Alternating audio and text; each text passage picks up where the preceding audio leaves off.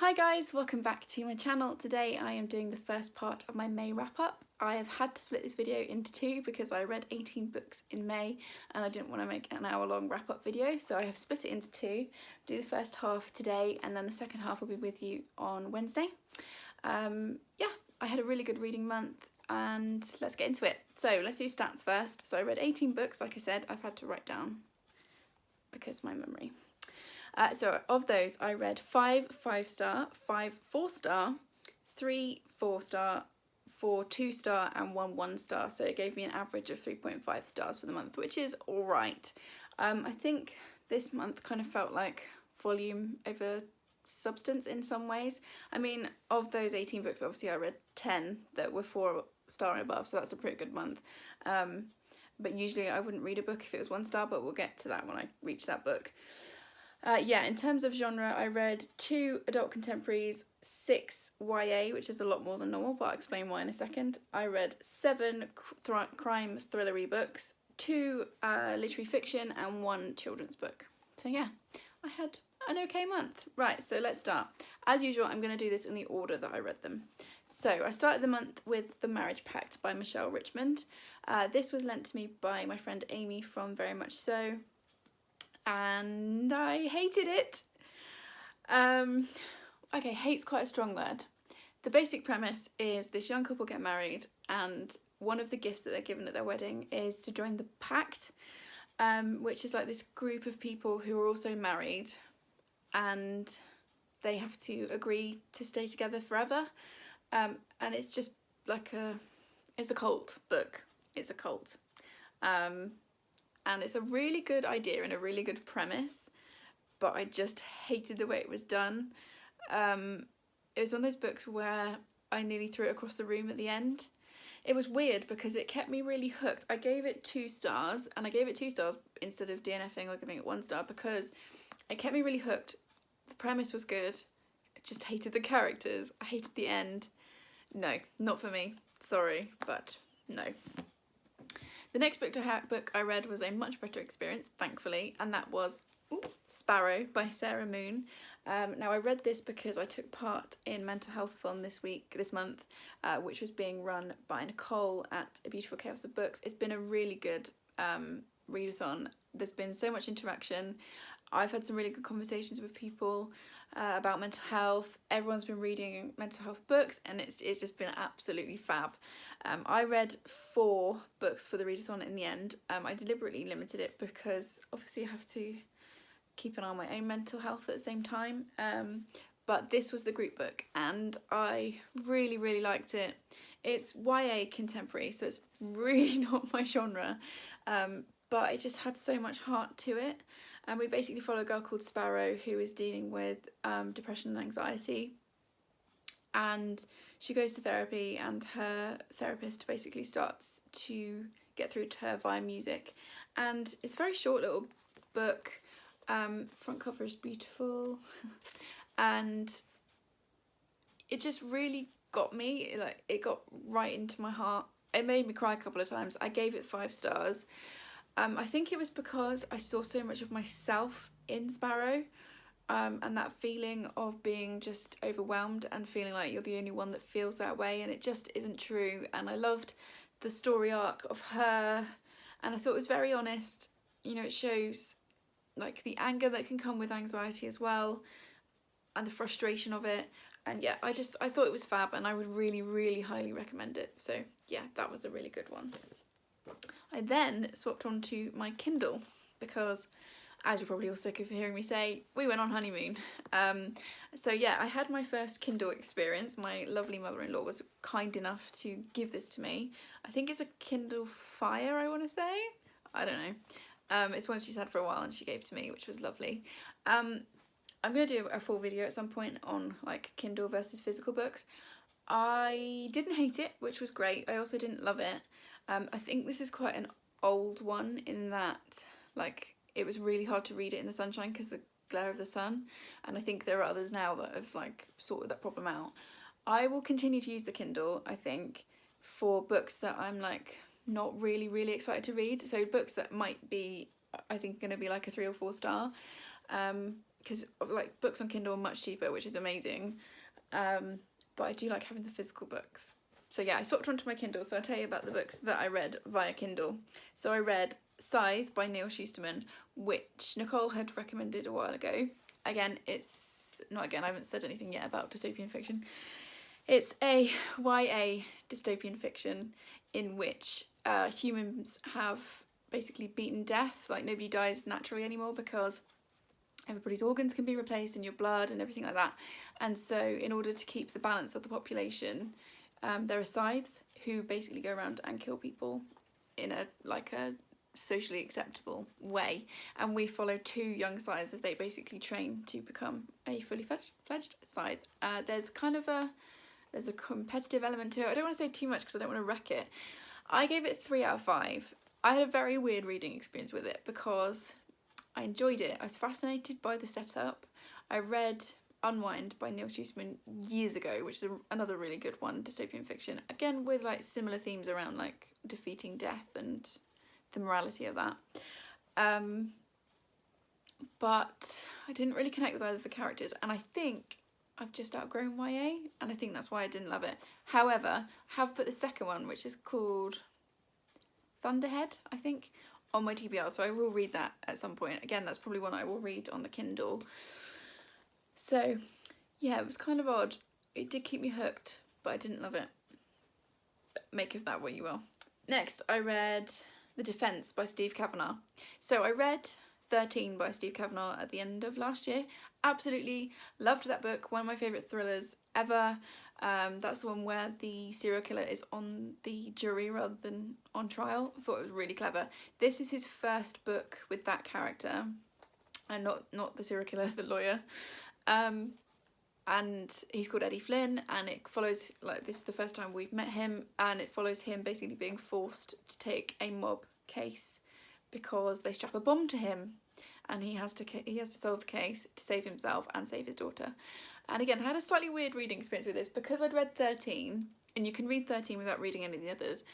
I knew that certain characters survive, so the stakes for me were not as high because I kind of knew how it was going to play out. However, I still really enjoyed it. It's very tightly written. Really like Eddie Flynn as a character. I've added the next one on to my TBR, so I will also read that. And I gave it 3 out of 5. After that, I read Nicole's host pick for Mental Health-a-thon, which was Am I Normal Yet by Holly Bourne. Now, originally, I read this on the Kindle, but I loved it so much, I got halfway through this one and I bought the whole trilogy as physical books, and I'll show you the others when I do my haul video later on in the month. I absolutely adored this. I have to admit, when Nicole announced it as her host pick, I was a bit sceptical because I haven't read any Holly Bourne, but they've always kind of struck me as a bit, I don't think chick lit is a word that's even used anymore, but like just not my kind of thing. But this was fantastic. So we follow Evie, who suffers from OCD and anxiety. I can't speak to the OCD rep in this. Nicole tells me is excellent. The anxiety rep, I can tell you, is excellent. And she's basically just, she's still in recovery and she's going back to college and she's trying to date because she decides that that's what she needs to do to kind of feel normal. And it's about what happens to her and her journey, and I just adored it. I read it really fast. It made me cry. I really, really, really related to Evie. I just kind of, again, a bit like with Sparrow, I just kind of wanted to reach in through the pages and hug her and tell her that she's going to be okay. There's 2 others in this trilogy. It's called the Spinster Trilogy, and we meet her other 2 friends, so each book is based around a different girl, and I'm really, really excited to get back into this world and read the other 2 basically as soon as I can. So yeah, 5 stars, highly recommend it. It was so good. It sort of reminded me of Angus Thongs and Full Frontal Snogging, which was Louise Renison, I think, from like the noughties. It sort of reminded me of that, but more with a more serious edge to it in places. And yeah, fantastic. I've got a new favourite author and I've got a new series to read, so thanks, Nicole. Amazing. What did I read after that? So after that, I've skipped on to 6 of Crows by Leigh Bardugo, which was Rachel from Rachel Marie Book Junkies' post pick for Mental Health-thon. I gave this 3 out of 5. I think I said in my TBR video that I was a bit sceptical about this one. It is fantasy YA, which is not my genre. It's about heist. It's about a group of 5 or 6 kind of outcasts who go on a heist mission. Yeah, I didn't love it. I think part of the problem was I haven't read the Grisha trilogy, and everyone said that you didn't need to read the Grisha trilogy to read Six of Crows. Having read Six of Crows but not the Grisha trilogy, I would completely disagree with that, because I felt like I'd come into a conversation halfway through and I didn't know really who anyone was or how the world worked. There was no world building whatsoever for this book if you haven't read the others. And to be honest, I find that really frustrating when authors do that. I love books that are set within a universe that aren't necessarily connected, because I think Six of Crows is sort of in a different timeline to the Grishaverse and what I can work out. But all that was needed was like a little preface at the start of Six of Crows with a rough like idea of how the world worked, how the magic system worked, how the society worked, kind of roughly who the people were, because I found it really hard to follow. And as a result, I just didn't connect. So it was fine. I finished it. It was entertaining. There were some interesting characters in there. I won't be continuing, I don't think. It's unlikely. Unless it comes up in another readathon. So yeah, not for me, I'm afraid. And I would also say you need to read the Grisha trilogy for Six of Crows. That's just my thought. I then read a 5-star book, another favourite author that I found this month, thanks to Nicole, and also Harriet Rosie from Harriet Rosie Reads. They've both been yelling at me for ages to read this book, and they were right. And that is Sweetpea by CJ Skuse. Oh my days, I loved it. So Harriet described it as if Bridget Jones was a serial killer, and she is completely right. We follow this woman who is keeping a diary. Her life's pretty dull. She's got a job she hates. She's got a boyfriend that she knows is cheating on her. She's, her parents have died. She's trying to sort the house out. Everything's really mundane. The only thing in her life that she really likes is her little dog. But she also happens to be a serial killer. So I just found her absolutely hilarious. It's one of those books that you read and you're laughing at bits and then you wonder, oh god, if I laughed at that, does that make me some sort of psychopath or sociopath or something? Much like with the Holly Bourne trilogy, I got partway through Sweetpea and bought that one and the next one, which is called In Bloom, in physical copy. They're not here yet. I'm really annoyed. I was hoping they'd be here for this video. And I cannot wait to read the second one. Just absolutely loved it. Very graphic in places, so like a warning for that. But obviously it's about a serial killer, so it's going to be gruesome in places, but it's also really funny and it kind of makes you think a bit about the world, and yeah, loved it. Right, next was my reread for the month, which was Only Ever Yours by Louise O'Neal. I may well do a full video on this book at some point because I just adore it. I read it when it first came out. I've reread it a couple of times since, and it didn't let me down this time either. It's still a 5-star read for me. It was Louise O'Neal's debut novel. It's ridiculous that somebody could be so talented in their debut novel, but there we go. It's a dystopian YA, and it's quite difficult to explain. Maybe I'll read you the back because I don't want to give accidental spoilers for those that haven't read it. Although if you haven't read it, you really, really, really need to, please. So it says, Frida and Isabel have been best friends their whole lives. Now, aged 16 and in their final year at the school, they expect to be selected as companions, wives to wealthy and powerful men. The alternative, life as a concubine, is too horrible to contemplate. But as the intensity of the final year takes hold, the pressure to remain perfect becomes almost unbearable. Isabel starts to self-destruct, putting her beauty, her only asset, in peril. And then the boys arrive, eager to choose a bride. Frida must fight for her future, even if it means betraying the only friend, the only love she has ever known. Oh man, I want to read it again so badly. I know that the film rights and the TV rights have been bought, and I wish they would get on with it and make a series because I need this really bad. Yeah, so we're following Frida in this dystopian world where there isn't really an outside anymore, and women are made, not born, and basically for every man that is born, every male baby that's born, a female is created. 3 females are created, and they can either become companions, which is the wives, concubines, which are basically sex workers, or chastities, which are the nuns that run the school. And there's so many like little nuances in this, and it's things like all of the girls' names are written with a lowercase first letter, not a capital letter.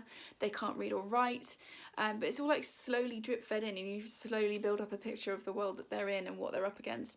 And the end, oh my days, if you've read this, please message me, because I need to talk about it. So yeah, highly recommended. If you like The Handmaid's Tale, I don't say this very often about books because Handmaid's Tale is my favourite book, but if you like The Handmaid's Tale, this is a really good one. Highly recommend. Okay, and then I've got 2 more books that I'm going to talk about here before I finish this, and we'll do the second part on Wednesday. My next read was Marbles by Ellen Forney, which was Kate from Chapter Kate's host pick for Mental Health-a-thon. It was my first time reading a graphic memoir. It's a graphic memoir of Ellen's diagnosis with bipolar disorder. It was my first time reading that kind of thing, and I absolutely loved it. It was unexpectedly emotional. It was really gripping. I gave it 5 stars. It taught me a lot about what it's like to live with bipolar disorder. I can't tell you how good the rep is because I don't have that disorder, but for somebody on the outside looking in, it was really eye-opening, and I thought it was fabulous. Give it 5 stars. Highly recommend. And then my final book that I'm going to mention in this wrap-up, unfortunately, wasn't a great one. It was a 2-star read, and that was In a Cottage in a Wood by Cass Green. Now, I feel kind of bad because Nicole recommended it from A Beautiful Chaos of Books, and she really liked it. We've got very similar taste, and I probably wouldn't have finished it if it wasn't on my Kindle. So a weird thing that I found this month using the Kindle is that I finished books that I would have DNF'd if I was reading them physically. Not quite sure what that's about. Maybe it was partly because we were away and I literally didn't have anything else to do all day except read, so I was kind of like, might as well finish it. Whereas if I have very limited reading time normally, so I'm very like protective of it, and if a book isn't working for me, I will just ditch it. So maybe that's why. But this one, we follow a woman who is on, is it London Bridge? Waterloo Bridge.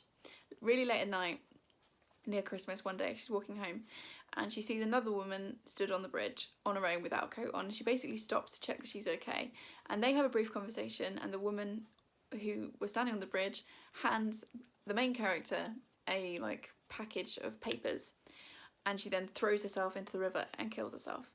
And we basically follow our protagonist as she then realises that inside the package of papers is the deeds to a house. She goes to that house, which is down in Cornwall, and stuff happens. And it was a really great setup, and the first half of the book I really liked, and it was quite funny in places and heartfelt and all that kind of thing. And then once she got to the cottage, for me it just completely went downhill. I didn't buy into the characters, the tension completely went. I hated the end. I thought the reveal was really poor. Not for me, and I'm not sure, I might give the author another go, but for me that particular book was not a winner, unfortunately. So that is the first part of my wrap up for May. As you can see, I've had a very varied reading month. I've got some really good books to talk to you about in the second part, which will be up on Wednesday, so please keep an eye out for that, and I will see you next time. Thanks guys, bye!